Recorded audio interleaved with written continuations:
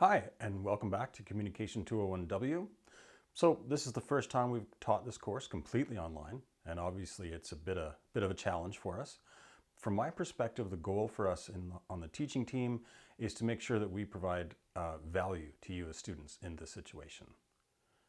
So the strategy that we're working with is to see this as a way to reimagine how we design a course that provides maximal value for you and your forward movement on a path of professional development. In your future working lives, it is extremely likely that you'll be put in a position of having to work with quantitative data, from accessing and producing data to recognizing and understanding meaningful patterns in data, and most importantly, communicating your findings to other people. This has always been the goal of the course. The difference now is that we are being forced to innovate and to try new things. So one thing I really want to stress in this running of the course is the W. This is both a W or a writing course and a Q or a quantitative course. I've been reading everything that you've written over the last week, and I just want to say how impressive your writing is.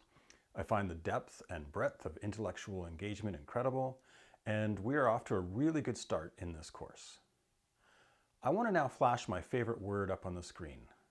Maybe if I experiment enough, I could come up with some kind of subliminal effect to make sure that we all bury this word deep in our thinking patterns. As it turns out, the key to doing good science is also something that we all need to embrace right now: reasonableness, a quality of mind that is open to new ideas and evidence.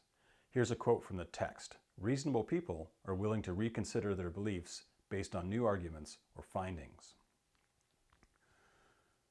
The second chapter of the text places an emphasis on the concepts of reasonableness and rationality as key components of the scientific approach.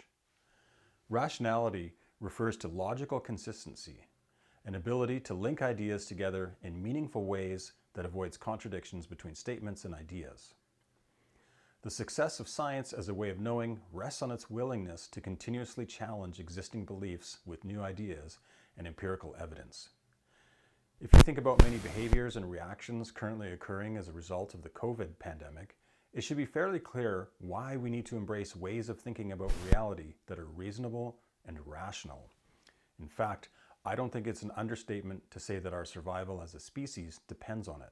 It is essential in the current crisis that we move away from irrational modes of thinking like racism and towards a rational and reasonable approach as a foundation for a sustained global response based on cooperation. Another important concept from this chapter is objectivity. As the authors point out, we seem to be wired to seek an agreement on what is really real. This is all about communication and our attempts to find common ground in our subjective experiences through social interactions. The text presents positivism as a view that rests on the belief of an independent reality waiting to be discovered. It also makes the case that this view has largely been discredited and replaced with different views or paradigms. Paradigms are important because they form the fundamental models or frames of reference that we use to organize our observations and reasoning.